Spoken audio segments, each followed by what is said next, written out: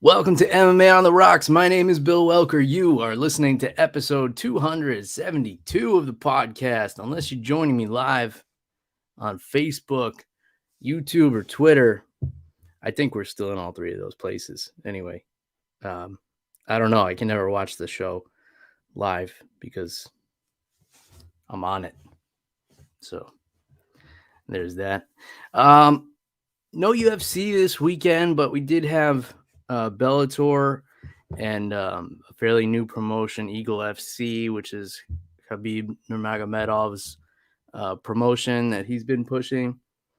I did catch that, so we can talk about that, and we can preview the upcoming UFC card, and maybe talk about some other stuff. Who knows? Oh, Mark is letting me know that we are live in all three locations. So Mark is super diligent because he's got his notifications set everywhere. So if you don't and you want to catch the show live, make sure you turn on your notifications. And it's probably a good idea to do it for all three because you never know when we're going to get kicked off of Facebook again or banned from YouTube, or if Neil Young starts protesting me and I'm not on Amazon Music or anything anymore, anything could happen. Anything could happen. I could get canceled on some platforms, or I'll have to go to like the dark net or something. I don't know. This stuff's all over my head. In any case, I'm drinking some Michter's rye today. Little rye whiskey, because it's kind of chilly here. And when I say that, I mean it was like 45 degrees this morning. Now it's like 56 degrees, which is probably beautiful compared to where a lot of you are with blizzards and everything going on. It's funny because people from back home always will ask me like how the weather is here and then get mad at me because the weather is nice. And I'm always like, well, I'm not forcing you to live in fucking Saskatchewan. So what are you doing with your life? Why don't you just live somewhere that it's warmer if you don't like the cold? That's what I did. But I don't know. People want to get mad at you and be bitter because you have nice weather. In any case, rye whiskey, it's got a little bit more of a spice to it than bourbon, which is nice on a cool day like today. So I'm just drinking this straight. It's got a little like bourbony sweetness to it. Not too much bite on the spice, which I like. Sometimes the rye can be a little bit overpowering with the spice, but this one is really well balanced, I think. So cheers, everybody. All right, let's talk some MMA. I was hesitant about this Eagle FC. I heard a while back that Khabib was doing his own promotion, and it didn't really pique my interest. I can't picture Khabib being able to sell me something, unless it's like wrestling techniques and something like that. I just can't picture him in that promoter role, but it does make sense having a former fighter be a promoter. It's worked in boxing. Actually, in boxing, you can be an active fighter and be a promoter, like Floyd Mayweather. But Oscar De La Hoya always did a nice job with Golden Boy. The idea behind it is, since it's promoted by a fighter, they have the fighters in mind, which I think is great. It's like if you're a carpenter, you want the head of your union or whoever to be a former carpenter or something. You don't want like an electrician who's just allowed to be the head of the union because he's not looking out for the carpenters. I don't know. In any case, I wasn't interested. I did not watch it live. But I heard a little bit of buzz about it. A few people texted me and said, "Hey, check it out." So I went on, and it was a free event, and the main event, Serghei Kharitonov and Tyron Spong. If you're not familiar with these guys, Tyron Spong is an incredible kickboxer. He transitioned to MMA, and then he had to take a long time off because he snapped his leg in half in a kickboxing fight, I believe, or not in half. Like it wasn't like the Anderson Silva break where his leg was going in two different directions, but he did break his shin, I believe, in a fight. So he had to take some time off. Serghei Kharitonov has been around forever, so you guys are probably familiar with him. Big old Russian dude. I liked this fight on paper because Kharitonov is a striker, but he's the more well-rounded as an MMA fighter. Whereas Tyron Spong is basically just a kickboxer, and relies on his kickboxing and MMA. And mind you, Tyron Spong usually fights at light heavyweight. And I think that was his downfall in this fight. And, credit to him for taking on a monster like Kharitonov. But you're talking about a 40-pound weight difference there, because Tyron Spong weighed in at like 220 something. Kharitonov walks around like 258, 260, somewhere in there. He might even be bigger now. And Kharitonov was just waiting for Spong to kick, and then he would catch the kick and put him down, beat him up on the ground for the first round. Spong looked like he had no idea how to get off his back, and even if he did, that's where that 40-pound weight difference really comes into play. Like that's huge. We talk about in the lower weight classes when somebody misses weight, like how much of an advantage that is, and how often the person who misses weight ends up winning the fight. Those statistics are pretty staggering. And you're talking about a handful of pounds in those cases, like maybe 7-8 pounds in the most extreme cases, up to, after rehydrating, maybe 12 pounds difference. But 40 pounds, you have a guy like that on top of you. That's exhausting, and that's scary, quite frankly. So Kharitonov, even though he's known for his striking, he just basically used it to close the distance and would catch the kicks. It was kind of funny because Kamaru Usman was one of the broadcasters, and in the beginning of the match, he was saying, Spong has to remember not to just use his boxing. He has to remember he's a kickboxer too and use his kicks. And then he got the kick caught in the middle of that round and spent the whole round on his back. At the end of that round, Usman was like, he needs to stop kicking altogether. He can't take the risk because he can't end up with Kharitonov on top of him again. The end of the fight was pretty brutal. Kharitonov got to mount, and then he trapped one of Spong's arms, and then he was holding the other arm with his hand up in the air and just blasting him with punches, and the ref had to step in and stop it. And Spong wasn't knocked out or anything, but he was just in a position where he had a guy 40 pounds heavier than him on top of him, punching him in the face, and he wasn't able to defend himself. So TKO for the old man, Serghei Kharitonov. This guy, I mean, let me just pull up real quick his record. This guy fought in Pride, in Bellator, all over the place. Fought Czech Congo, knocked out Matt Mitrione, knocked out Roy Nelson, Joey Beltran. Who else? He fought Overeem a couple of times. Knocked out Andrei Arlovsky back in 2011. That's when Arlovsky was super scary. I mean, you get it. He's got a lot of experience. Knocked out Pedro Hizzo. There's a throwback name. How many of you remember Pedro Hizzo? That's old school UFC. He's got a win over Fabricio Verdum. He's been at it a while. His first fight was in 2000.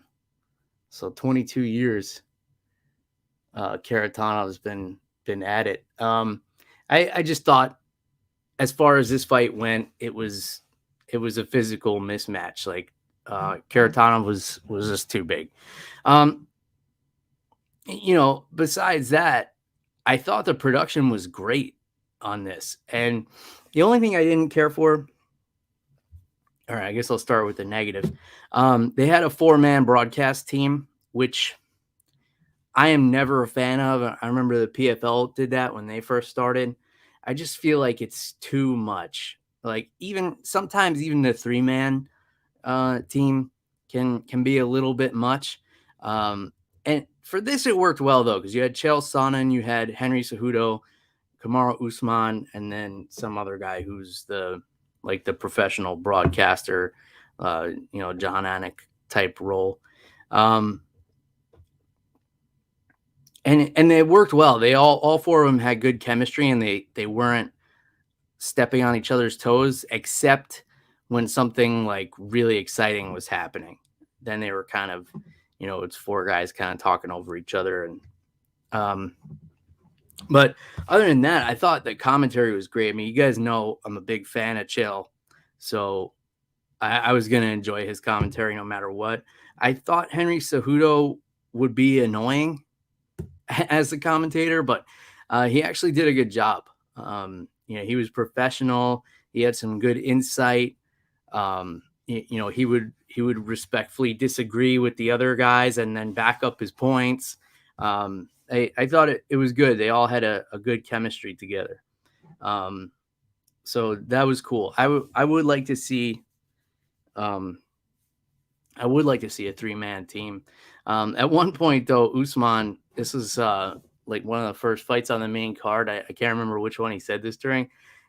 He was giving advice to guys appearing in the show, and he's like, if you want to make it to the UFC and make it to that next level, you have to do A, B, and C.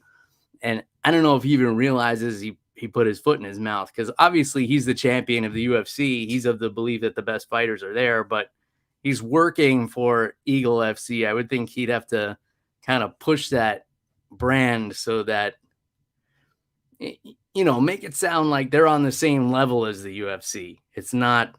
They're not like the B team, like we have world-class fighters here too.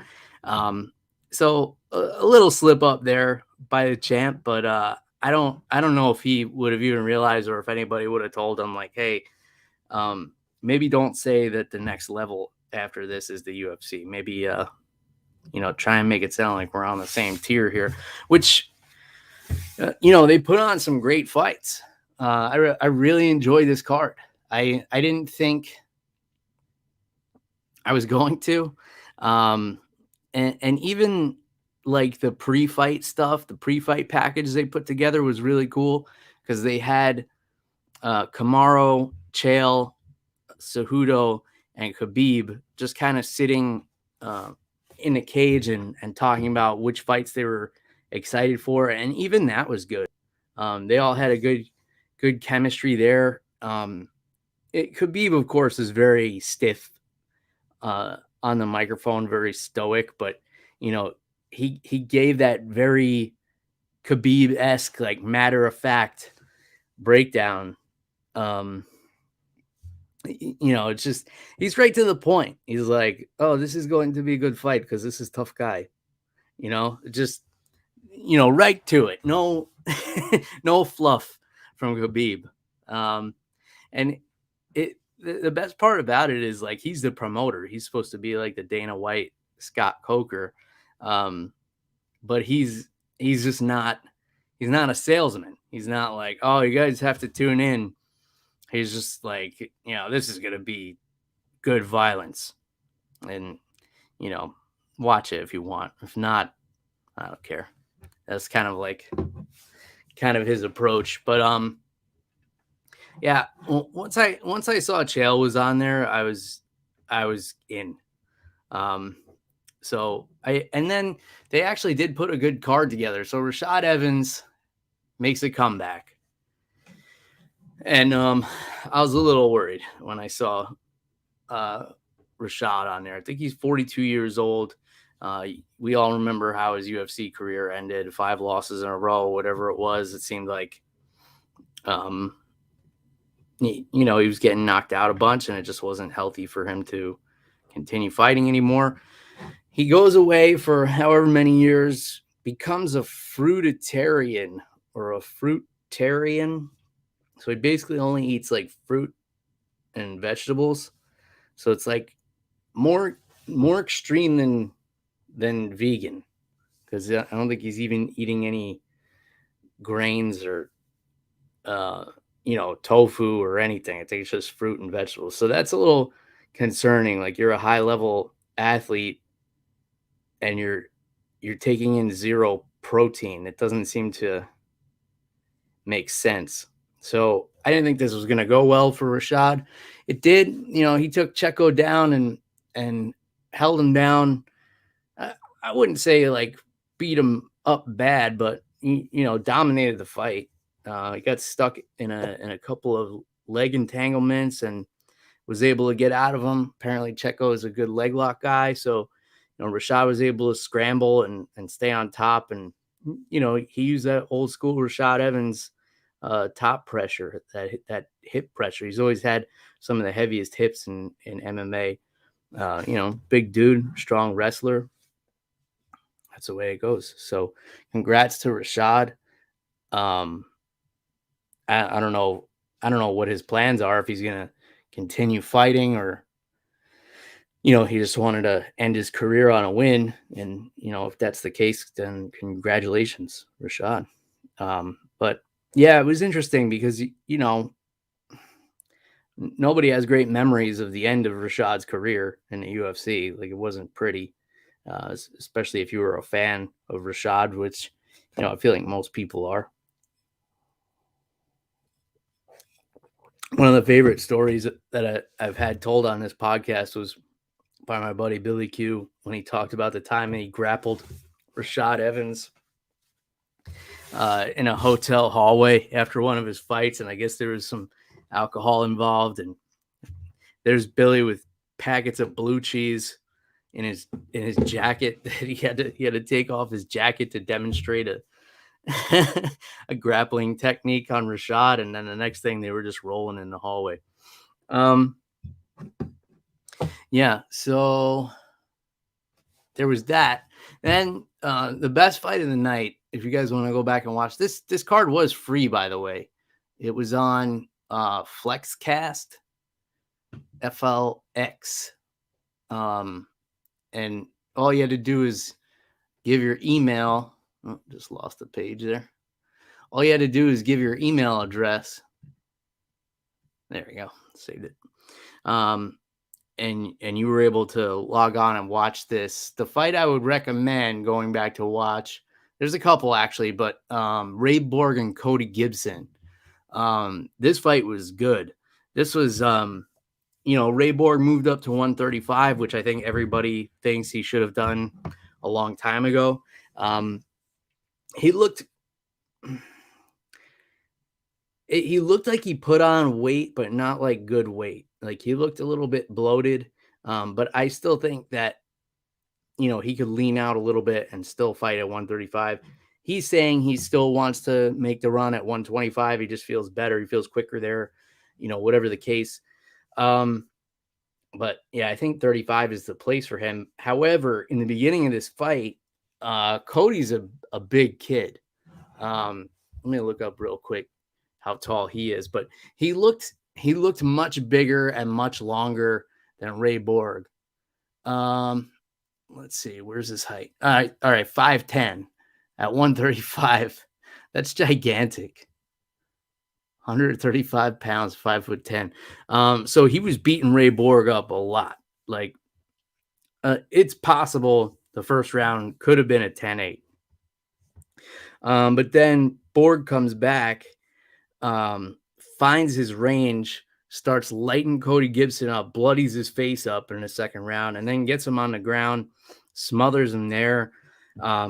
It was a really awesome come from behind win. You got to be happy when you see Ray Borg win. Like, even as frustrating as it was when he was missing weight all the time in the UFC, when the guy went through everything he did with his son and the medical issues, you gotta be happy for the guy putting a little extra money in his pocket. But it really was a great fight. It was the best I've ever seen him look, after the first round.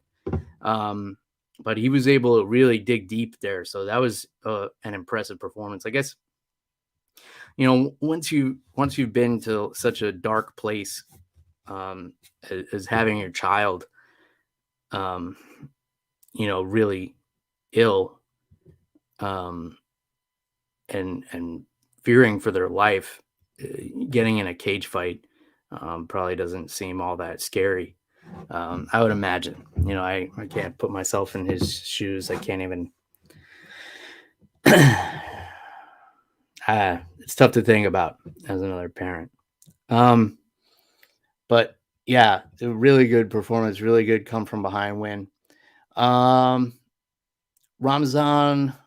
Kuramagomedov just completely suffocated John Howard for 3 rounds. John Howard's been around a long time too. Doomsday. He was over in the UFC for a while. I'm sure you guys remember. I don't have to tell you guys this. I know if you're listening to this show, like you're in MMA pretty deep. I don't have to condescend to you guys, I feel like. Though it is in my nature for the most part. Ask my wife. Let's see. Raimond Magomedaliev against Anthony Njokuani.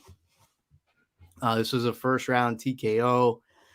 Some people thought Njokuani was okay, but he just took too many unanswered blows, so referee had to step in there. They also have like the referee cams for this. It was kind of cool for some angles, so you could see exactly what they're looking at. I feel like it's good for the finishes, but I don't know. I wonder if it impairs the referee at all, just like having something on their face that they can feel there. Does that slow down their reaction time or something? I would be concerned about that. And those close-up shots are cool of the finishes and everything, but is it worth it? I don't know. Another thing I did like about two other things I did like about this new promotion is, one, they have the 165-pound division, so it goes 155, 165, 175. So they essentially created 2 new divisions that don't have rankings yet. I've been saying for the longest time, it makes so much sense to make that 165-pound division. Like you're talking about, the most average size of males would be fighting, between the 155-pound and the 170-pound weight class. Like most guys, the average height for men is, I don't know, 5'9", 5'10", something like that. So most guys are going to be in those weight classes. Why is that the weight class with one of the biggest gaps besides between, middleweight and light heavyweight? I think it just makes sense. So they have the 65 and they have the 75. I think it's good that a promotion is starting to do that, and we can establish rankings and make a better case for it down the line.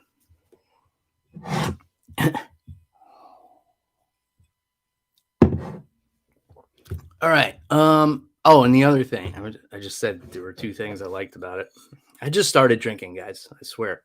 The other thing I liked about it, they have like more of the Pride style gloves, where the fingers are curved a little bit, which I think doesn't hinder the grappling at all, and it forces you to not have your fingers extended, which would reduce the eye pokes and everything, which is a big issue with the glove style where you can extend your fingers straight out.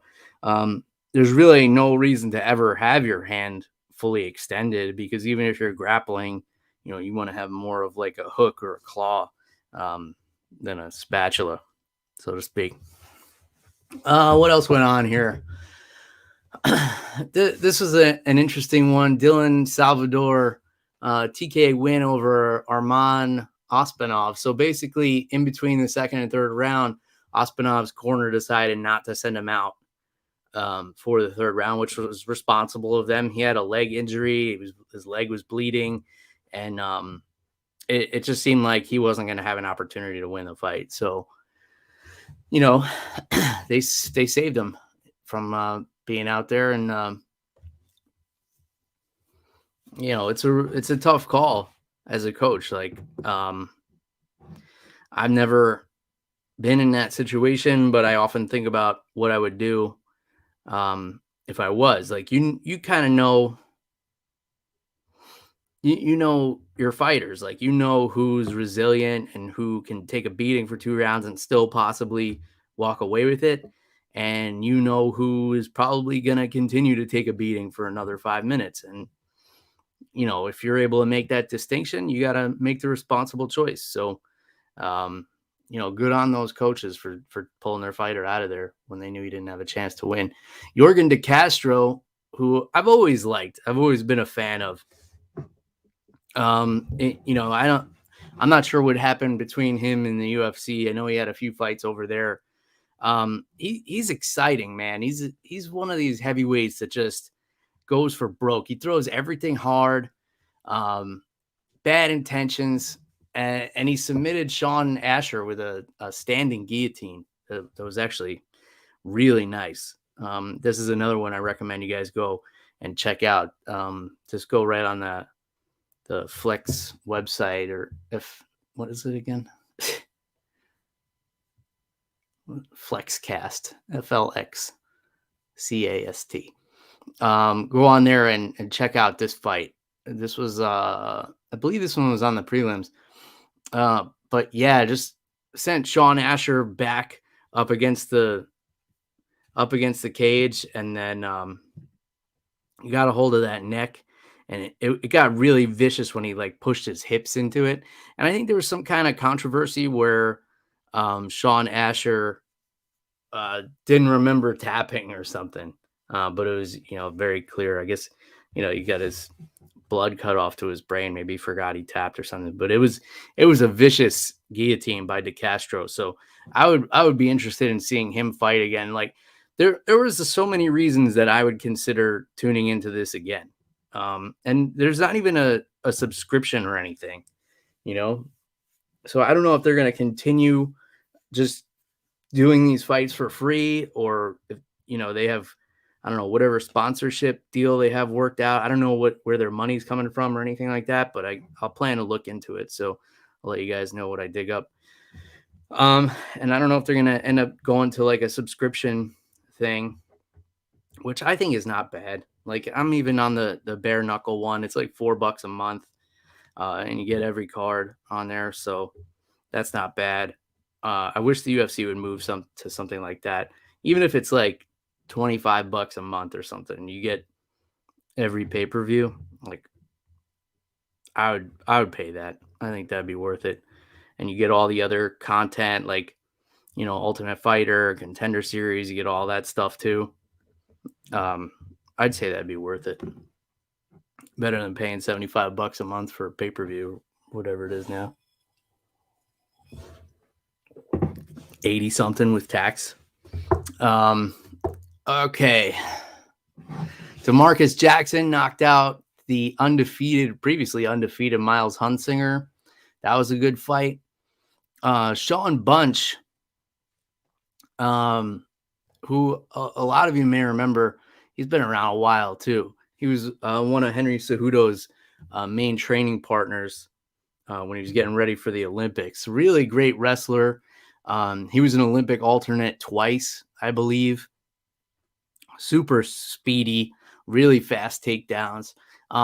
He got his ass whipped in the first round of this fight. It was similar to the Ray Borg fight.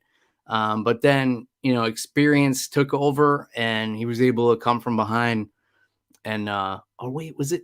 I think it might have been the second round he got beat up in, and he won the first and the third. In any case, he got beat up bad in one round, but took the other two. And I can't remember which was what. but ends up getting a unanimous decision win over Fidavs Khasanov. Let's see. Did I watch these fights? I didn't. I don't think I watched the rest of it. Oh yeah, Loik Radzhabov, first round guillotine win over Zach Zane. 2 first round guillotines. It's very unusual for a fight card, but I enjoyed this Eagle FC, man. It was good, and I was able to watch it. You know, I just had it on my computer. I was straightening up my garage, cleaning up the new cabinets I just put up last week when I had COVID. Oh, look, my cup is showing the green screen that I never have turned on. It looks like for those of you on the video, it looks like I'm drinking out of a brick cup. Here. Okay, so Eagle FC, thumbs up, man. I'm on board. You know, let me know when the next card is, and I'm all about it. Bellator was on last night, and see if I can pull up the card here. All right, here we got it. Man, I'm going the other way with Bellator. Like they've been on the decline for me, and I want to be a fan. Like I do believe the best case scenario for the fighters and for the fans is for there to be good competition with the promotions. So I've always been rooting for another promotion to, you know, get up there with the UFC and be competitive to the point where, you know, maybe they have to talk about doing some super fights because we really need to find out, you know, who the best in the world is. As of right now, Bellator is probably the number 2, number 3 promotion. You know, there's one, but they're doing things a little bit different over there, as in, you know, not allowing fighters to really cut weight, encouraging steroids and whatever other differences are going on there. But it really is the best case for everybody if another promotion does well. I just can't. I don't know what it is about Bellator. I don't know if it's the production, the commentary, the lackluster fight cards. Like I had a hard time even putting this on. And that's the thing with Bellator too, is ever since they went to the DAZN platform, the DAZN, it's been just too difficult to find. Now it's on Showtime, and I don't have Showtime, so I have to find other means to watch it, like somebody else's Showtime account, or, you know, other means that I wouldn't necessarily endorse on this show. It's just hard, man. It's hard to get excited for Bellator, even though, you know, I might be contradicting myself because I was, you know, just telling you how much I enjoy the Eagle FC, and they do a lot of similar things. Like they got some older fighters that, you know, are ready to be let out to pasture in there, you know, with some name recognition, but I don't know, man. There's something about Bellator. Maybe like their belt is too cheesy looking. I just can't get on board with it. I only caught the main event and the co-main event, and I think one other fight on this one. But the main event didn't do anything to me or for me. Ryan Bader, unanimous decision win over Valentin Moldavsky. It's hard, man. It's hard to... I'm trying so hard to be positive here, but it's hard to give something credibility when here we saw, you know, Ryan Bader was struggling in the UFC at light heavyweight, and now he's the heavyweight champion in Bellator. Like, what does that say kind of about the level of talent there? And honestly, I think Bader is talented, and I think he would even do well in the current landscape of light heavyweights. in the UFC. It's just hard to buy him as like the heavyweight champ. And like, could you see Bader in there with Ngannou? I mean, maybe you could see him in there with Gon after we saw how Gon struggles with the wrestling. But other than that, could you see Bader and Derek Lewis after seeing how Bader and Rumble Johnson went years back? Bader and Curtis Blades might be fun. That would be a good one because Bader is one of the only people that has the wrestling pedigree to deal with Curtis Blades, but I think Blades would still be too big. It would be similar to the Tyron Spong and Kharitonov matchup. But yeah, this fight, I was kind of in and out on it. It wasn't very exciting for me. If you want more detail on the Bellator card, I know my buddy Eddie Law, who does the Keyboard Warriors podcast, I know he was there live covering it. So check out those guys. Subscribe to them. They go live on Wednesday evenings. You guys know Eddie. He was on the show 2 weeks ago.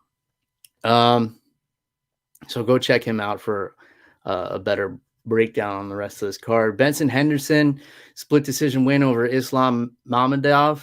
I kind of thought Benson was kind of gifted a decision here. Mark says no USADA in Bellator. Just saying. Yeah, the steroid test in Bellator is multiple choice. It's like, are you A, on steroids, B, not on steroids, or C, I do not wish to respond? And like, no matter which one you check, you're good. They're letting you fight. So Benson Henderson, I'm glad to see him break a 5-fight losing streak. It's similar to the Rashad Evans scenario. But then they were saying, like, since nobody wanted to fight Mamedov, that if Benson won, he would be given a title shot. So I don't know what's going on in a promotion where you can have a guy lose 5 fights in a row. He wins 1 fight against a guy nobody wants to fight, and then he gets a title shot. Like, what's going on? What's going on in that division? I'm happy for Benson Henderson. He's a legend. He's had some epic fights. But yeah, I don't know. What does it say about your division? A guy gets a title shot after losing 5 in a row, and then he wins 1 fight. Some things that look interesting on here. Sabah Hamasi submits Jaleel Willis with an arm triangle in the first round. I would go back and watch that. Enrique Barzola, who I always found entertaining when he was in the UFC, TKO over Darian Caldwell. So that's an impressive performance. And Christopher Gonzalez, head kick knockout of Sada Wad, 36 seconds into the first round. I'll watch that one as well. And I don't know any of the rest of these guys. So there's that. Yeah, I might go back and watch a few of those. It's just, I don't know. I get so, I just can't get excited about Bellator. I lost my UFC card. Bring this up here. All right. So next week, UFC Fight Night 200, Jack Hermansson versus Shaun Strickland. This is a really fun fight. It's going to be at the Apex. Hermansson is a really good grappler, but then, how's his grappling is very, how can I put this? Grappling is very much based on your confidence. Like, you have to be confident to pull off grappling. You can't be like, oh, I don't know if my shot's going to work. You have to be like, I'm taking this guy down right now. So I would wonder where Jack Hermansson's confidence is after he just, in his last competition, got thrown around by Khamzat Chimaev in a, I guess it was Submission Underground or one of those, in a wrestling match. Just tossed around like, I think it was a tech fall. He was so far ahead on points that they had to end it. So I'm wondering if that hurts his confidence and if that helps the confidence of Strickland, because defensive grappling is all about confidence too. If you're thinking like, oh, I don't know if I could stop this guy's shot, you're not stopping a guy's shot. But if you know you can stop their shot, you're more likely to stop it. And Strickland, I'm sure, saw the grappling match with Chimaev. He's like, well, Chimaev can throw him around like that. I'm bigger than Chimaev. I'm not worried about the grappling. So I don't know, little outside the box thinking for you guys there, a little analysis breakdown thinking about the build up to this one. Because I imagine that's going to be Hermansson's game plan, though he can strike too. He can strike with Strickland. You know, Strickland is very like down to the basics. You know, throws everything with good technique. You're not going to see him throwing wild stuff when he's out of range. You're not going to see him missing a lot. Dude's accurate, he's technical, and he's violent. So this is a really, really fun main event. I'm really looking forward to this one, actually. Then the card falls apart after that. Let's see. Okay, we got some gems in here, though. Punahele Soriano against Nick Maximoff. I mean, here you have two young guys, two young middleweights, both big, strong dudes. Only one loss between them. So that should actually be a pretty exciting co-main event. Shavkat Rakhmonov. This dude is like 6'9" at welterweight or something. Like the dude's big. He's fighting Carlston Harris. That should be a fun one. Sam Alvey and Phil Hawes. Sam Alvey, I was talking about last week. Like, I don't know how this dude still has a UFC contract. I guess that smiling gimmick takes you away because this dude hasn't won a fight. I think, what did I say last week? What was it? 7 in a row? All right, so he's lost 6 of his last 7, and the only one that he didn't lose was a draw to Daun Jung. I mean, respect to Sam Alvey. The dude's a warrior. He's been around a long time, but not a lot of guys getting away with records like this and staying under contract. I assume they're looking for Phil Hawes to bounce back from that last performance here, because Phil Hawes is, you know, he's built like a superhero. I think the UFC really wants to give him somebody that would be a good name for him to beat. And also there's zero chance of the fight going to the ground.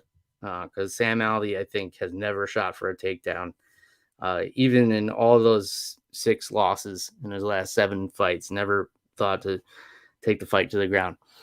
Tresean Gore against Brian Battle. That's actually a pretty fun one. 2 Ultimate Fighter guys going at it. Tresean, I remember, was really good on the show, and he's undefeated, 3-0, young in his career. Speaking of Ultimate Fighter, season 22 contestant Julian Erosa at featherweight taking on Steven Peterson. That should be a fun fight. Julian Erosa is always in fun fights. This dude, you know, he goes for broke out there. He's looking to finish you and doesn't even care if he gets finished trying. Miles Johns, who I believe was from the Contender Series, and John Castaneda. Okay. Hakeem Dawodu and Mike Trezano. This is an interesting fight. That's my sleeper pick. Dawodu and Trezano. That's actually a fun fight. Chidi Njokuani,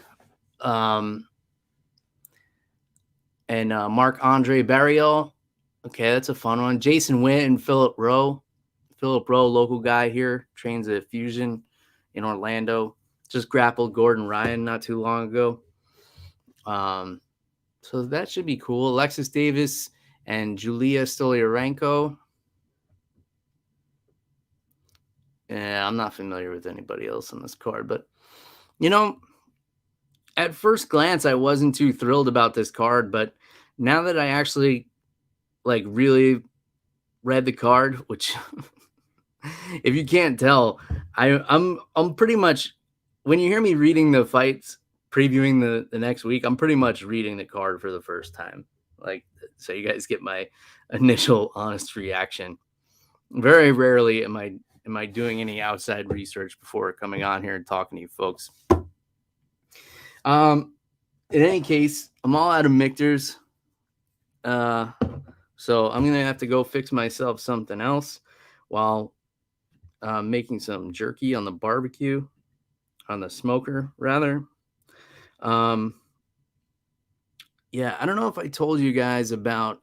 I saw this movie on Netflix called Paper Tigers, and I thought it was really fun. It was like an old school kung fu storyline where the students have some personal issues with each other, but they have to defend their master's honor.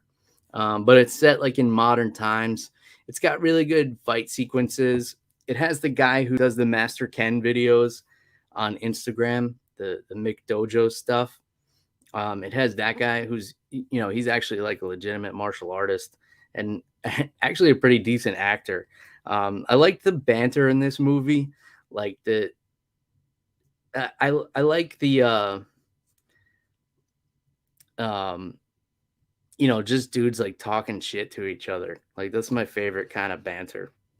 That's why I like the movie Grown Ups so much, because I feel like they were just, they're really friends. So I feel like they were just really shitting on each other and making a movie at the same time. So I like that sort of thing. Yeah, good storyline, good fight scenes. It was a surprise. I watched it while I was quarantining during my little spell with COVID last week, and I can't remember if I told you guys about it or not. So Paper Tigers on Netflix, actually really fun martial arts movie. So that's that. And then, yeah, if you guys want to get any merchandise or any MMA gear, do so through our friends at Team Reaper. Reaper1.co is the website, not com. It's co. You can use the promo code MMA Rocks 10. That's MMA ROCKS10. You can get yourself an over the top under the influence t-shirt, tank top, or hoodie. And I still don't have one of those hoodies. I really need to get one of my own hoodies. I mean, it's 50 degrees here. It's definitely hoodie weather. Go outside my MMA on the Rocks hoodie and have a cigar if I had one. In any case, you can grab our merchandise, which we greatly appreciate, or you can go support a fighter. They sponsor fighters from the UFC all the way down to the local circuit and everything in between. Muay Thai fighters as well. I believe a few grapplers. And fun stuff like that. So go check out our friends at Team Reaper, Reaper1.co. As always, I'll put all the links in the show notes. If you guys want to reach out to Jeff the Animal Wilson, you can't because he's still off the social media and on hiatus. But I know you guys all dearly miss Jeff. So if you have any positive vibes you want to send his way, you can do so through me at MMA on the Rocks everywhere on social media. You guys know how to get a hold of me. That's all I got. So until next time, cheers, everybody. Goodbye.